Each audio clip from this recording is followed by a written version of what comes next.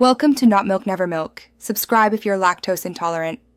You start by confirming exactly what consumes space and making a safe copy. Open Settings, tap General, then iPad Storage to see a breakdown. Back up to iCloud or connect to a Mac and use Finder. Make sure the backup completed. Once done, note large apps, media, and the system storage size so you can prioritize removals. You do this now to avoid losing data and to target the biggest space savings first. Next, you remove sizable items. Offload unused apps. This removes the app but keeps data, or delete apps entirely from Settings iPad Storage or by long pressing the icon.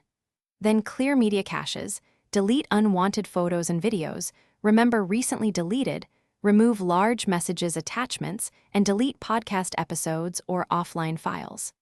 Clear Safari cache in Settings to free ephemeral space. Make sure to restart the iPad after major deletions to let the system reclaim. Finally, focus on system storage and verification. Update iPadOS to the latest release because updates often optimize and reduce system usage. If storage is still misreported, try Settings General Reset All Settings. This keeps data but can fix indexing. As a last resort, erase all content and settings and restore from your verified backup. If you run into unexpected errors or space doesn't free, contact Apple support or restore from the backup to recover a clean state. Thanks for watching. If this was helpful, leave a like and consider subscribing. See you next time.